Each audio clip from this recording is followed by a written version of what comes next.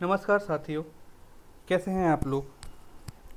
आप सबको नवरात्रि और बंगालियों को दुर्गा पूजा की बहुत बहुत बधाइयाँ। सबसे पहले तो बहुत बहुत माफ़ी चाहूँगा इतने टाइम के बाद वीडियो पेश करने के लिए। कुछ व्यक्तिगत कारणों की वजह से मैं आप लोगों के लिए कोई वीडियोस नहीं बना सका। साथियों, आज का एमसीक्यू फंडामेंटल रूल्स 29 एक के आधार पर है। मेरे पिछले वीडियोस में मैंने नेक्स्ट बिलो रूल के ऊपर एमसीक्यू बनाया था। आप ऊपर दिए हुए इस आई बटन पर क्लिक करके उस वीडियो को देख सकते हैं। मैं लीव रूल्स के ऊपर भी वीडियोस बना चुका हूं और लीव रूल्स 24 और 25 के एमसीक्यू देखने के लिए आप ऊपर दिए हुए इस आई बटन पर क्लिक कर सकते हैं। साथियों, आप लोगों ने मुझे बहुत प्रोत्साहित किया है। आगे भी करते रहिए मेरे चैनल को सब्सक्राइब करके, ताकि आप लोग मेरे वीडियोस के साथ सारे अपडेट्स पा सकें। चलिए साथियों, अब बिना किसी देरी के वीडियो शुरू करते हैं। पहला प्रश्न, अगर किसी सरकारी कर्मचारी को FR 29 एक के तहत सज़ा के रूप में टाइम स्केल के निचले चरण पर ला दिया जाता है, तो प्राधिकारी ऐसे रिडक्शन वाले आदेश में और क्या निर्देश देकर रखेगी। फिर से समझिएगा, अगर किसी सरकारी कर्मचारी को FR 29 एक के तहत सज़ा के रूप में टाइम स्केल के निचले चरण पर ला दिया जाता है, तो प्राधिकारी ऐसे रिडक्शन वाले आदेश में क्या क्या निर्देश देकर रखेगी। If a government servant is reduced as a measure of penalty to a lower stage in his time scale, then what other specifications shall an authority mention in the order? पहला, घटन की अवधि को। बी, घटन से उत्पन्न भविष्य में मिलने वाले वेतन वृद्धि की देरी को। सी, भविष्य की वेतन वृद्धि को किस हद तक टाला जाएगा। या फिर डी, उपर्युक्त सारों को। ए, घटन की अवधि को। बी, घटन से उत्पन्न भविष्य में मिलने वाले वेतन वृद्धि की देरी को। सी, भविष्य की वेतन वृद्धि को किस हद तक टाला जाएगा। या फिर डी, उपर्युक्त सारों को। Period of reduction, postponement of future increments due to reduction period. To what extent future increments will be postponed, और ऑल ऑफ द अबव।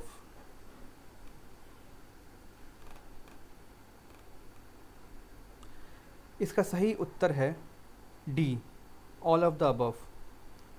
अगर किसी सरकारी कर्मचारी को सज़ा या दंड के रूप में निचली सेवा, ग्रेड या पद या फिर निचले टाइम स्केल में घटाया जाता है, तो ऐसे घटन का आदेश देने वाला प्राधिकारी निम्नलिखित को भी निर्दिष्ट करेगा। ए, वह अवधि जब तक ऐसा रिडक्शन प्रभावी रहेगा। बी, क्या बहाली यानी रेस्टोरेशन होने पर रिडक्शन की अवधि भविष्य के वेतन वृद्धि को पोस्टपोन करने के लिए काम करेगा, और यदि हाँ तो किस हद तक। और सी, क्या सरकारी कर्मचारी को उस सेवा, ग्रेड या पद या फिर टाइम स्केल में बहाली पर उच्चतम सेवा, ग्रेड या पद या फिर टाइम स्केल में अपनी मूल वरिष्ठता यानी सीनियरिटी प्राप्त होगी जिससे उसे घटाया गया था। दूसरा प्रश्न, भारत सरकार के निर्देशों के अनुसार FR 29 का उपनियम 2 रिडक्शन की अवधि के बाद होने वाली बहाली क्या निर्धारित करता है। फिर से सुनिए, भारत सरकार के निर्देशों के अनुसार FR 29 का उपनियम 2 रिडक्शन की अवधि के बाद होने वाली बहाली क्या निर्धारित करता है। एज पर government of India orders under subrule 2 of FR 29, what does restoration governs after a period of reduction? A, निचले टाइम स्केल से बहाली। बी, निचले पद या ग्रेड से बहाली। सी, उपर्युक्त दोनों को। A, restoration from lower time scale. B, restoration from lower grade और पोस्ट। और C, both A and B.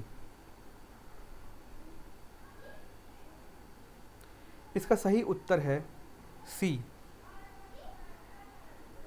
FR 29 के उपनियम 1 के और उपनियम 2 में सबसे बड़ा अंतर यह है कि उपनियम 1 में एक निर्धारित अवधि के बाद निचले चरण के घटन से यानी reduction from lower stage in time scale से बहाली के मामलों को परखा जाता है, और उपनियम 2 में निचले ग्रेड या पद या फिर निचले टाइम स्केल से बहाली वाले मामले आते हैं।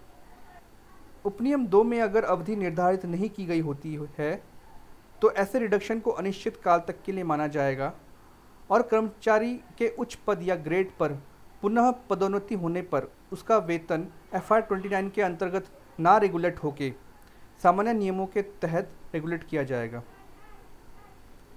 तीसरा प्रश्न, FR 29 के उपनियम 1 के तहत अगर कर्मचारी को किसी निर्धारित निचले चरण के टाइम स्केल तक घटाया जाता है तो उसका वेतन रिडक्शन की पूरी अवधि तक उस चरण में एक समान रहेगा और बहाली पर उसे पुराने वेतनमान यानी टाइम स्केल पर वेतन वृद्धि भी दिया जाएगा। अगर आपको प्रश्न समझ में नहीं आया हो तो फिर से बता देता हूँ। FR 29 के उपनियम 1 के तहत में अगर कर्मचारी को किसी निर्धारित निचले चरण के टाइम स्केल तक घटाया जाता है तो उसका वेतन रिडक्शन की पूरी अवधि तक उस चरण में एक समान रहेगा और बहाली पर उसे पुराने वेतनमान यानी टाइम स्केल पर वेतन वृद्धि भी दिया जाएगा। Under sub rule 1 of FR 29, if a government servant is reduced to a lower stage in time scale, his pay will remain constant at that stage for entire period of reduction and after restoration, increments if any will be given on his old time scale pay. A yes, B no, A सही या फिर B गलत। इसका सही उत्तर है ए सही, बशर्ते पनिशमेंट के ओरिजिनल आदेश में अगर ये उल्लेखित नहीं है कि रिडक्शन भविष्य में प्राप्य वेतन वृद्धि को नहीं टालेगा तो उस कर्मचारी को सारे वेतन वृद्धि प्राप्त होंगे। साथियों, मेरा ये अनुरोध है कि आप लोग जब भी reduction to lower stage in the time scale वाले दंड का प्रयोग किसी कर्मचारी के लिए करें तो कृपया नीचे लिखे शब्दों का ही उपयोग करें ताकि आदेश स्पष्ट रहे। आप इस आदेश का स्क्रीनशॉट भी रख सकते हैं।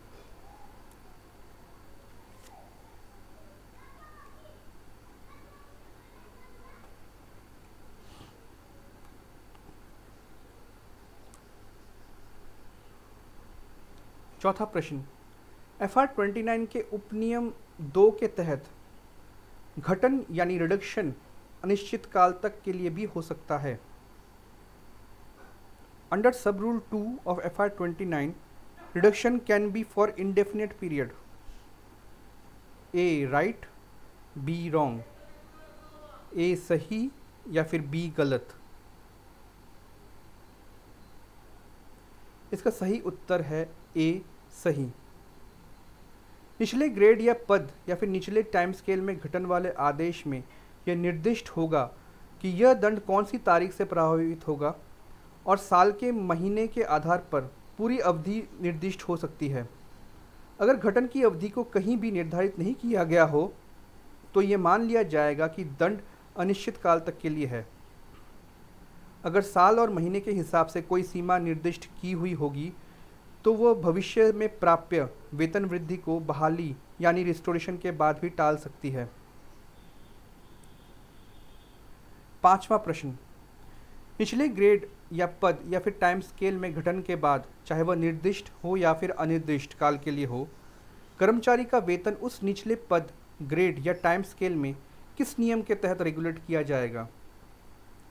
फिर से सुनिएगा। निचले ग्रेड या पद या फिर टाइम स्केल में घटन के बाद चाहे वो निर्दिष्ट या फिर अनिर्दिष्ट काल के लिए हो, कर्मचारी का वेतन उस निचले पद, ग्रेड या टाइम स्केल में किस नियम के तहत रेगुलेट किया जाएगा?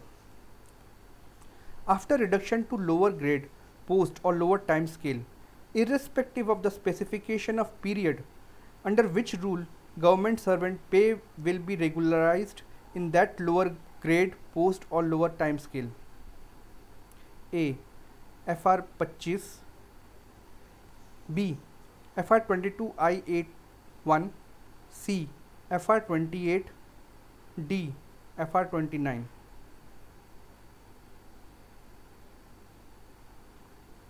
इसका सही उत्तर है FR 28। छठवां प्रश्न, अगर एक दंड के चलन के दौरान दूसरे दंड को लागू किया जाता है तो किस तरह दोनों दंड का संचालन किया जाएगा? If second penalty is implemented during the currency of first penalty, then how will both penalties be operated? A. दोनों दंड साथ चलेंगे। बी, पहले दंड के समाप्ति के बाद दूसरा दंड चालू होगा। सी, दंडाधिकारी के आदेश के आधार पर संचालन होगा। या फिर डी, उपयुक्त में से कोई भी नहीं। A, both penalties will run concurrently. B, second penalty will be operational after the expiry of the first. C, it will be operational as per the orders of disciplinary authority. Or D, none of the above. इसका सही उत्तर है सी, दंडाधिकारी के आदेश के आधार पर संचालन होगा।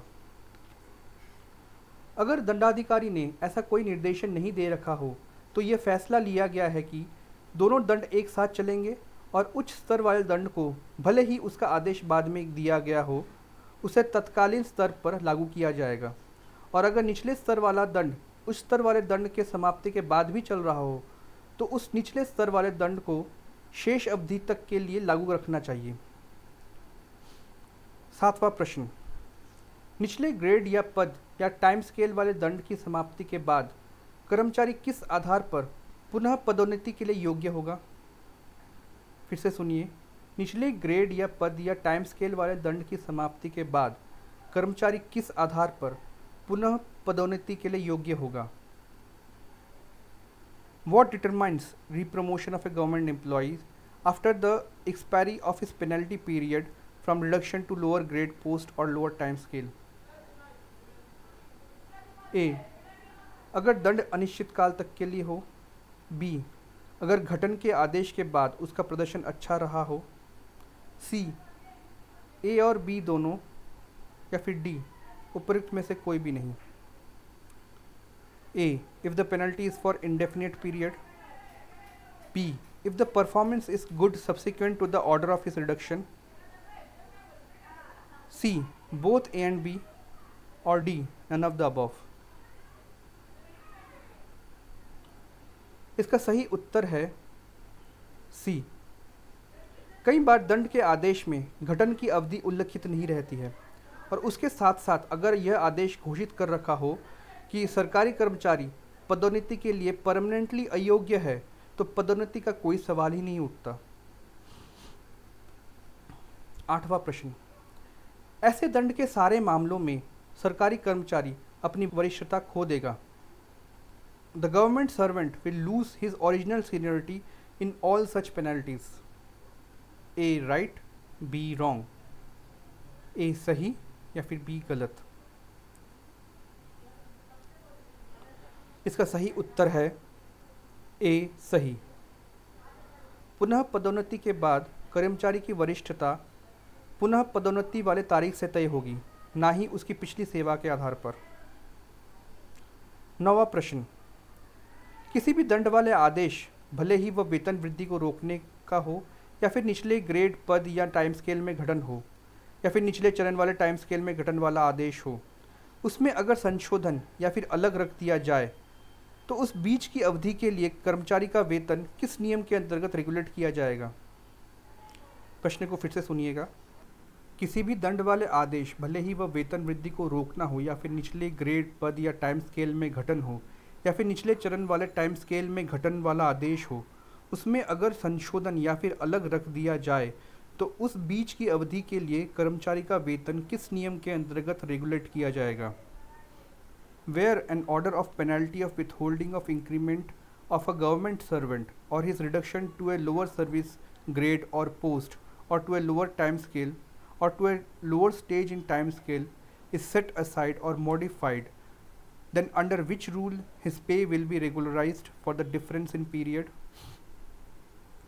A, FR 25, B, FR 22 IA1, C, FR 29A, और D, none of the above. इसका सही उत्तर है C, FR 29A। इस नियम के अंतर्गत अगर आदेश को अलग रखा गया हो तो उस अवधि के लिए कर्मचारी उस अंतर को भी वेतन के रूप में दिया जाएगा जो वह प्राप्त करता अगर उसे वह दंड वाला आदेश ना दिया गया होता तो। साथियों, मैं अपना अगला वीडियो जल्द ही पेश करूँगा। आपने अगर इस वीडियो से कुछ सीखा हो तो उसे लाइक ज़रूर कीजिएगा और शेयर भी ज़रूर कीजिएगा। धन्यवाद साथियों।